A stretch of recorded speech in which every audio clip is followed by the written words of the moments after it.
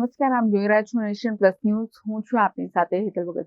દાહોદના કસ્બા વિસ્તારમાં એક જ કોમના બે જૂથ વચ્ચે બબાલ થઈ હોવાની માહિતી સાંપડી રહી છે, જેમાં બે વ્યક્તિઓને ગોળી વાગતા હોસ્પિટલમાં ખસેડાયા છે. દાહોદમાં બે જૂથ વચ્ચે અથડામણમાં 5 રાઉન્ડ ફાયરિંગ થયા હોવાની માહિતી સાંપડી રહી છે.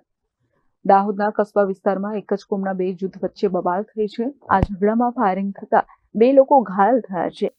પ્રાપ્ત માહિતી અનુસાર જૂની અદાવતને લઈ બોલાચાલી બાદ મામલો ગરમાયો હતો, જેમાં સામા પક્ષે અંધાધૂંધ ફાયરિંગ શરૂ કરતા બે લોકો ઇજાગ્રસ્ત બન્યા છે, જેને લઈને ડીવાયએસપી સહિત એલસીબી, એસઓજી ડિવિઝન પોલીસનો કાફલો ઘટના સ્થળે પહોંચ્યો હતો અને બંને ઘાયલોને સારવાર અર્થે હોસ્પિટલ ખસેડાયા હતા. ત્યારે પોલીસે સમગ્ર મામલે તપાસ શરૂ કરી વધુ કાર્યવાહી હાથ ધરી છે.